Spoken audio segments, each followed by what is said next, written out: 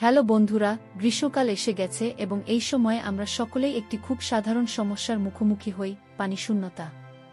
অনেক সময় আমরা দৈনন্দিন কাজে এতটাই ব্যস্ত থাকি যে আমরা বুঝতেও পারি না যে আমরা সারাদিন পর্যাপ্ত জল খাচ্ছি কিনা। প্রচণ্ড রোদ, ঘাম এবং গরম বাতাস, এই সব একসাথে আমাদের শরীর থেকে জল বের করে দেয়। এবং এখান থেকেই পানিশূন্যতার আসল বিপদ শুরু হয়।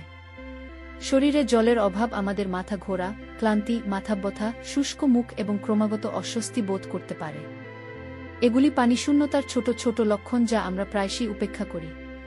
কিন্তু যদি গুরুত্ব সহকারে না নেওয়া হয়, তাহলে এই সমস্যাটি বড় আকার ধারণ করতে পারে।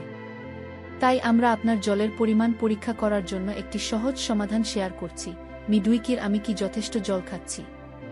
এই ক্যালকুলেটরের সাহায্যে আপনি সহজেই জানতে পারবেন যে আপনি প্রতিদিন কত পরিমাণ জল খান তা আপনার শরীরের জন্য যথেষ্ট কিনা।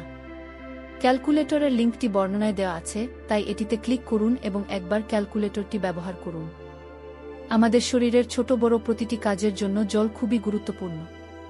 এটি আমাদের ত্বককে সুস্থ রাখে, হজমশক্তি উন্নত করে, শরীর থেকে বিষাক্ত পদার্থ দূর করে এবং মনকে সক্রিয় রাখে। যখন জলের অভাব হয়, তখন এই সমস্ত জিনিস আস্তে আস্তে প্রভাবিত হতে শুরু করে।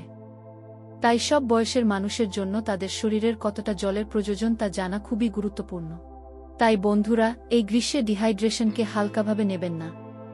মিডউইকের আমি কি যথেষ্ট জল খাচ্ছি ক্যালকুলেটর ব্যবহার করে দেখুন এবং আপনার জল খাওয়ার সম্পর্কে সঠিক তথ্য পান। নিজের এবং আপনার পরিবারের যত্ন নিন এবং এই ধরনের আরও তথ্যবহুল ভিডিওর জন্য চ্যানেলটি সাবস্ক্রাইব করুন। পরবর্তী ভিডিওতে দেখা হবে, ততক্ষণ পর্যন্ত হাইড্রেটেড থাকুন এবং খুশি থাকুন।